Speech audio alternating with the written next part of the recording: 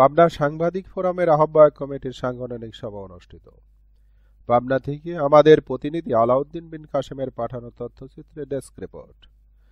পাবনার সাংবাদিক ফোরামের আহ্বায়ক কমিটির সাংগঠনিক সভা অনুষ্ঠিত হয়েছে গতকাল 10 ফেব্রুয়ারি সোমবার সন্ধ্যা 7টায় সিএনএফ টিভির প্রধান কার্যালয়ে। কমিটির আহ্বায়ক সাংবাদিক হাসান আলীর সভাপতিত্বে ও সদস্য সচিব সাংবাদিক খালিদ আহমেদের সঞ্চালনায় সভায় বক্তব্য দেন কমিটির যুগ্ম আহ্বায়ক সাংবাদিক আমিনুর রহমান খান ও সাংবাদিক আলাউদ্দিন বিন কাশেম।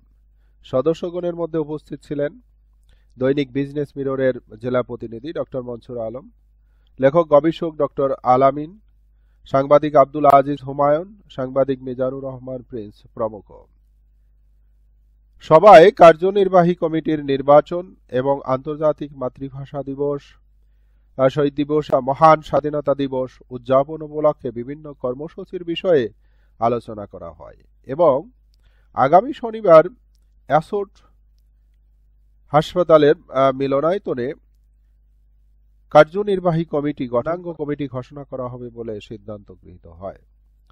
আলোচনা শেষে সাহিত্য ও বিতর্ক ক্লাবের প্রতিষ্ঠাতা সভাপতি ও নদী গবেষক ডক্টর মোহাম্মদ মনসুর আলম রচিত গবেষণামূলক গ্রন্থ পাবনার নদ নদী এবং পরিবেশ গ্রন্থটি সদস্য সচিব খালিদ আহমদের হাতে তুলে দেওয়া হয়।